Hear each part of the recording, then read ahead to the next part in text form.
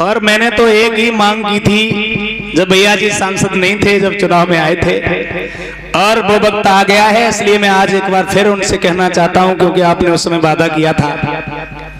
मेरा कार्यक्रम चल रहा था एटा के पास में, तो मैंने कहा था बैरंजा पे हम मेला लगवाने की कोशिश कर रहे हैं, और उस समय हमारे सांसद जी ने कहा था कि चाहे साम दाम दंड भेद जैसे भी हो सकेगा हम आपके साथ हैं, और आप मुझे सांसद बनाइए, हम अपनी निगरानी में उस कार्यक्रम को रखेंगे। आज मैं निवेदन करना चाहता हूं कि वो वक्त आ गया है और हमारे समाज ने उसकी डेट भी फिक्स की है 12-13 फरवरी, और आदरणीय सांसद जी उपस्थित हैं, इसलिए मैं सामने ही निवेदन करना चाहता हूं, जिसमें हमारे समाज के तमाम लोग, युवा भी मौजूद हैं। और मैंने एक छोटी सी कमेटी भी बनाई थी, जिसमें हमारे संजय भैया बैरंजा से आए हुए हैं। मैंने उस मेले के लिए एक छोटा सा पदाधिकारी के रूप में, अध्यक्ष के रूप में उनको चुना था।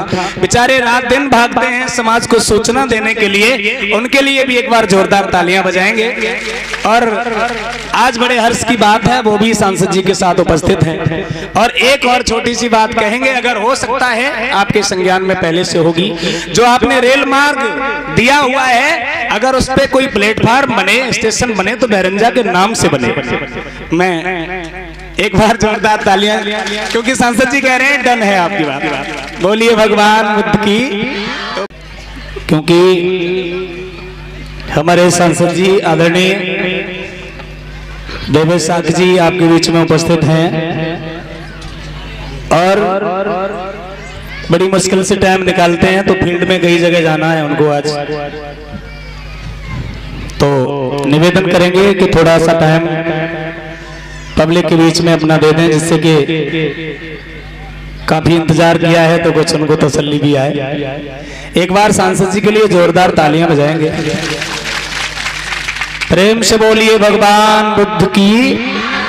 और मैं निवेदन ये करना चाहूंगा कि मेले के बारे में जरूर कुछ न कुछ बोल दें, और मैं ये भी चाहता हूं कि आप ये भी बोल देना कि अध्यक्षता मैं जरूर करूंगा, क्योंकि लोग कहते हैं कि सांसद जी आ नहीं पाएंगे, तो मैं निवेदन करता हूं इतना जरूर बोल देना। सबसे पहले तो मैं तथागत बुद्ध के चरणों में श्रद्धा के पुष्प समर्पित करते हुए आज इस भीकमपुर गांव में हमारे बहुत ही अजीज मित्र मनोज ब्लास्टर जी द्वारा जो बुद्ध कथा कही जा रही है, मैं इनका आभार भी व्यक्त करता हूं। जो ये निरंतर, इनकी आइडियोलॉजी अलग है और इनकी कथा कहने का तरीका अलग है, जहां भी जाते हैं अपनी ऊर्जा बिखेर के आते हैं, और मैं इनका धन्यवाद भी अदा करना चाहता हूं और आभार भी देता हूं कि मैं अपने बुद्ध के प्रचार के लिए जो इनका जो योगदान रहता है, वो हमेशा मैं इसका ऋणी रहूँगा। और मैं अगर अपने बारे में बोलूँ तो मेरा ये जीवन बुद्ध के प्रचार प्रसार के लिए ही बना है, और शायद तथागत की कृपा ऐसी रही कि आज मैं आपके बीच में यहाँ सांसद बन के आया हूँ, और इसका भी श्रेय आप लोगों को जाता है, क्योंकि जिस आशा और विश्वास के साथ आपने मुझे यहाँ से सांसद बनाया, मेरा हमेशा प्रयास रहता है कि उस आशा और विश्वास को आपके दिलों में निरंतर काबिज रखूं। इसी के चलते ये जो क्षेत्र है, ये लंबे समय से बाढ़ग्रस्त क्षेत्र रहता है, तो आपने मुझे सांसद बनाया, और मैंने 7 महीने के अंदर यहाँ पे 4 बांध, जो बाढ़ आ जाती थी, जो कट जाती थी, उसके लिए 6 महीने के अंदर ही मैंने 4 बांध बनाने का प्रपोजल स्वीकृत करवा लिया, जिसकी लागत 55 करोड़ रुपया है। तो इस प्रोजेक्ट से कहीं ना कहीं इस क्षेत्र की विकास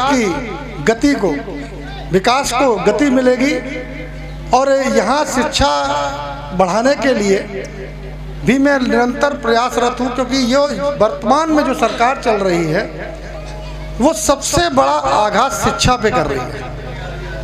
और शिक्षा पे इसलिए कर रही है क्योंकि अगर आप शिक्षित होंगे तो अधिकार मांगेंगे, और ये नहीं चाहते कि ये आपको आपका अधिकार दे, लेकिन बाबा साहब के बनाए हुए संविधान से ने जो आपको अधिकार दिए हैं, ये उनको छीनना और चाह रही है। आपने सुना था जब मैं चुनाव में आया था तो बोलता था कि संविधान खतरे में है, संविधान खतरे में है।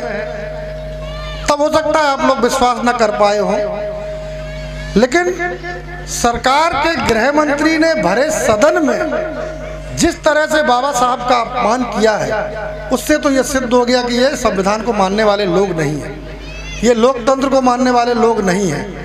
लोकतंत्र और संविधान वो प्रक्रिया है जिससे हमें यहाँ सामाजिक ताना बाना बना हुआ है। हर जात धर्म के लोग यहाँ आए, बैठे, अपनी बात रखने का अधिकार, ये सब संविधान की देन है। और नहीं तो हमारे यहाँ तमाम पूर्वज हैं और उन्होंने भी अपने पूर्वजों से सुना होगा कि हम किन परिस्थितियों से जूझकर आज यहाँ बैठने लायक हैं। ये सब देन संविधान की है। समाजवादी पार्टी चूँकि धार्मिक मंच है, मैं पार्टी का नाम लेना मेरे लिए ठीक नहीं है, फिर भी मैं ये बात बेखौफ होकर कहता हूँ कि समाजवादी पार्टी इस समय संविधान बचाने की लड़ाई लड़ रही है। और वो लड़ाई किसी पार्टी की नहीं है, किसी व्यक्ति की नहीं है, वो आपके बच्चों के भविष्य बनाने की लड़ाई है। इसी के तहत उन्होंने पीडीए पखवाड़ा बनाया। इस पीडीए पखवाड़े में पिछले दलित, अल्पसंख्यक, ये आदि आबादी की महिलाएं, देखिए पुरुषों से ज्यादा हैं, इनका वोट ले जाते हैं वो लोग। आदि आबादी की महिलाएं भी हैं और वो अगड़े भी हैं जो चाहे आर्थिक क्षेत्र में, चाहे सामाजिक क्षेत्र में और चाहे राजनीतिक क्षेत्र में जो पिछड़ गए हैं, हम उनको भी आगे ले जाने का काम करेंगे। इसलिए मेरा आप सबसे निवेदन है, हमारी माताएं बहनें बैठी हुई हैं, आप लोगों से एक निवेदन है कि आप लोगों के हाथ में इस देश का भविष्य है। तो सबसे पहले बात कि आप एक रोटी कम खाएं, लेकिन बच्चों को शिक्षित जरूर बनाएं। जब मोबाइल के चक्कर में न लगी रही हो, सवेरे उठो मोबाइल पकड़ लो। शिक्षा देना आपके परिवार को शिक्षा आगे ले जाएगी। और तथागत गौतम बुद्ध की जो विचारधारा है उसको समाहित कीजिए अपने अंदर। यहाँ से सुन के जाते हो और घर में सब छोड़ देते हो, तो ऐसा नहीं होना चाहिए। इसको मानो भी। निश्चित तौर पे जब आप इसको अपने अंदर मानोगे, अपने अंदर प्रोहित करोगे, तो आपका भविष्य, आपके बच्चों का भविष्य और इस गांव का भविष्य, देश का भविष्य केवल तथागत के विचारों में सुरक्षित है और कहीं कुछ नहीं है। मैं तो मानव एक समान वाला व्यक्ति, यही मेरी विचारधारा कहती है। फिर काहे की जात पात? आज जिस तरह से हम लोगों को शिक्षा, चिकित्सा, रोजगार, स्वास्थ्य, इन चीजों से भटकाकर हिंदू मुस्लिम में बांटा जा रहा है। अरे आज मुसलमानों की बारी है, कल बौद्धों की बारी होगी। गांठ बांध के रख लीजिए। विपक्ष, सत्ता पक्ष ये जानता है कि इस देश में, इस विश्व में अगर गौतम के अनुयायी, बुद्ध जी के अनुयायी में राजनीतिक चेतना आ गई तो हम कोसों दूर पहुंच जाएंगे। तो मेरा आप सभी से निवेदन है और मैं बताना चाह रहा हूं कि जैसा कि हमारे मनोज भाई ने कहा कि अतरंजी खेड़ा में मैंने मांग करी उसको पर्यटक स्थल में पैसा देने की, तो निश्चित तौर पे 1 साल के अंदर मैं वहाँ के लिए बहुत अच्छा पैसा ले आऊँगा। और अभी कल ही में मैंने 2.25 करोड़ की लागत से वहाँ की रोड, 8 किलोमीटर की रोड जो कि पेंटिंग होनी है, उसका टेंडर कल ही कराया है। और मैं निरंतर कासगंज में मेडिकल कॉलेज, भाजपा वाले कहते हैं कि मैं लाया, मैंने कहा आप तो 2017 में लाए थे, 18 में जब मुख्यमंत्री ने घोषणा की थी तो वहाँ तब कासगंज की भी तो की थी। एटा तो आ गया, कासगंज आया नहीं। एटा क्यों आया भर? आप तो सांसद रहे नहीं, आ कैसे गया? तो मैंने उनको बताया मुख्यमंत्री की घोषणा भी इतनी कमजोर घोषणा हो सकती है। ये मैंने सदन में क्वेश्चन पूछ लिया तो भारत सरकार ने यूपी गवर्नमेंट को लिखा पत्र कि भाई जब मुख्यमंत्री घोषणा में कासगंज के लिए मेडिकल कॉलेज था तो अभी तक दिया क्यों नहीं गया? तब वो कॉलेज आनंद फानन में स्वीकृत किया गया। कासगंज मेडिकल कॉलेज स्वीकृत हो चुका है। और आपने स्टेशन की बात कही, लंबे समय से यहाँ के नेतागण लगे हुए थे कि कासगंज एटा रेल लाइन से जुड़ जाए, लेकिन वो सक्सेस नहीं हुए। जो काम 70 वर्षों से नहीं हुआ मैंने पहले ही सदन की बैठक में, पार्लियामेंट के पहले ही सत्र में ये मांग उठाई कि इस विशेष पैकेज को इसी बजट में पैसा देने का काम करें। 200 करोड़ रुपया स्वीकृत करा दिया और उसमें 3 स्टेशन बनेंगे 29 किलोमीटर पे।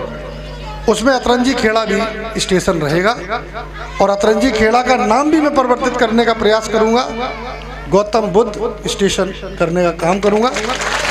और मैं अपना संघर्ष बता तो रहा हूं, मैं 90 से लगातार पहले संघसा में हमारे बड़े भाई श्रद्धेय विनय साक्य जी निरंतर, तब बुद्ध कथाएं होती नहीं थी। बुद्ध कथाओं की शुरुआत मैनपुरी और बसरेर ब्लॉक से चालू हुई है। यहाँ पे तो बहुत देर में आई।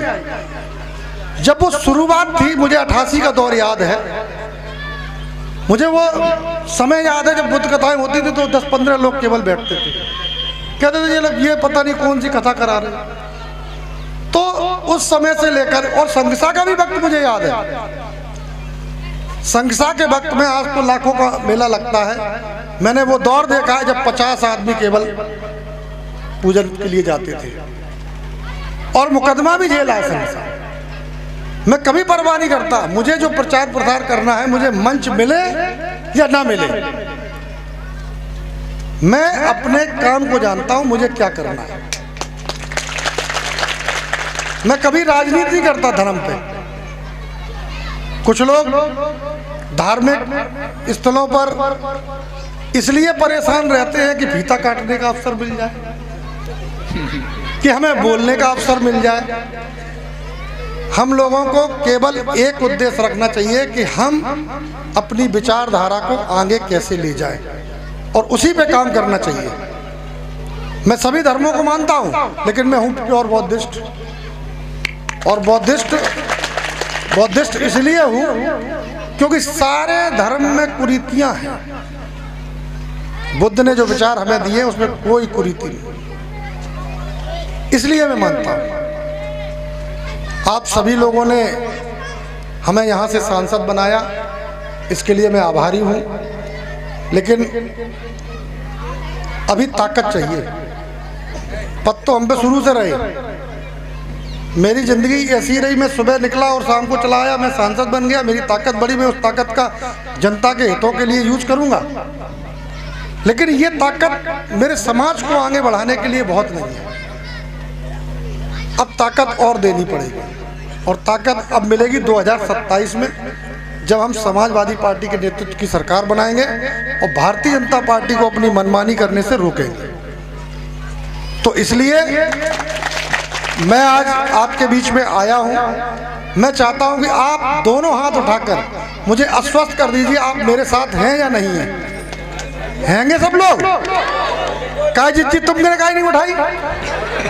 कोई लड़ाई हो बता दो। तो आप सभी लोग मेरी धर्म के प्रचार में और राजनीतिक लड़ाई में आप सभी लोग मेरा साथ दें, इसी विश्वास के साथ, क्योंकि मुझे अभी एटा जाना है और कार्यक्रम और भागदौड़ के चलते बहुत ज़्यादा संवाद नहीं हो पाता है, क्योंकि बहुत बड़ा क्षेत्र, एक विधायक अपनी विधानसभा में नहीं जा पाता है। और मैं जिस दिन से एमपी बना, निरंतर मेरी जो दिनचर्या है वो वही है, सुबह 10 बजे निकलना और रात को 10 बजे पहुंचना। मंच मिले न मिले, गाड़ी घोड़ा मिले न मिले, अपनी एक ही गाड़ी से निकल ले। मैं कभी जामे वाला आदमी नहीं रहा, आराम से चलता हूँ। मैं अपने काम को ज़्यादा विश्वास रखता हूँ, क्योंकि काम करेंगे काम ही दिखाई देगा। और मैं 5 साल में पूरी एटा लोकसभा की जनता को अपना रिपोर्ट कार्ड और सौंपूंगा, क्योंकि जिस व्यक्ति को आपने चुना है उस व्यक्ति ने आप 5 साल में आपके लिए किया क्या है। अब जकाओ के साहब खरंजा रहेगा, नाली रहेगा, ये मेरा विषय नहीं है। मेरा विषय है कि हम शिक्षा के लिए क्या ला रहे हैं, चिकित्सा के लिए क्या ला रहे हैं, यातायात के लिए क्या व्यवस्था हमने की। जो बड़े काम हैं उन कामों के लिए हमें चुना गया है, और उन कामों में मैं आप 5 साल का इस जनता को रिपोर्ट कार्ड दूंगा। और इन्हीं बातों के साथ मैं आपसे विदा लेता हूं। बहुत बहुत धन्यवाद। नमो बुद्धाय। जय भीम, जय समाजवाद, जय भारत। नहीं तो मेला की टेंशन तो बताओ।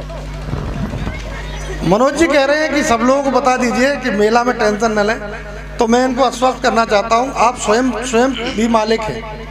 ये हर उस व्यक्ति की जिम्मेदारी है जो बुद्ध को मानने वाला है कि मेला सुचारू रूप से लगे, उसमें कोई राजनीति ना हो, जितना अच्छे से अच्छा कर पाएं हम उस मेले को अच्छा बनाएं, क्योंकि ये हमारे इतिहास का मेला है। बैरंजा मेला, बैरंजा जो है अतरंजी खेड़ा, ये हमारे इतिहास को दर्शाता है, और इतिहास को अगर बढ़ाना है तो हमें उसको सुसज्जित रख के उस कार्यक्रम को आगे बढ़ाना है। और सभी को मैं आमंत्रित करता हूँ, सभी लोग अतरंजी खेड़ा आएँ और उसके इतिहास को समझें। और मैं पुरातत्व विभाग को पत्र भी लिख चुका हूँ और मैं बहुत बड़ी योजना वहाँ पे लाऊंगा। बहुत बहुत धन्यवाद। बोलिए भगवान बुद्ध की, बोलिए भगवान बुद्ध की। और 12-13 फरवरी जो मेला अतरंजी खेड़ा बैरंजा में होने जा रहा है, जिसके मुख्य अतिथि हमारे आदरणीय बड़े भाई सांसद जी देवेश साक्य जी रहेंगे। और ये कार्यक्रम हमारे सांसद जी की ही देखरेख में कार्यक्रम होगा। एक बार जोरदार तालियां बजाएंगे। बहुत बहुत साधुवाद है, मंगल कामनाएं।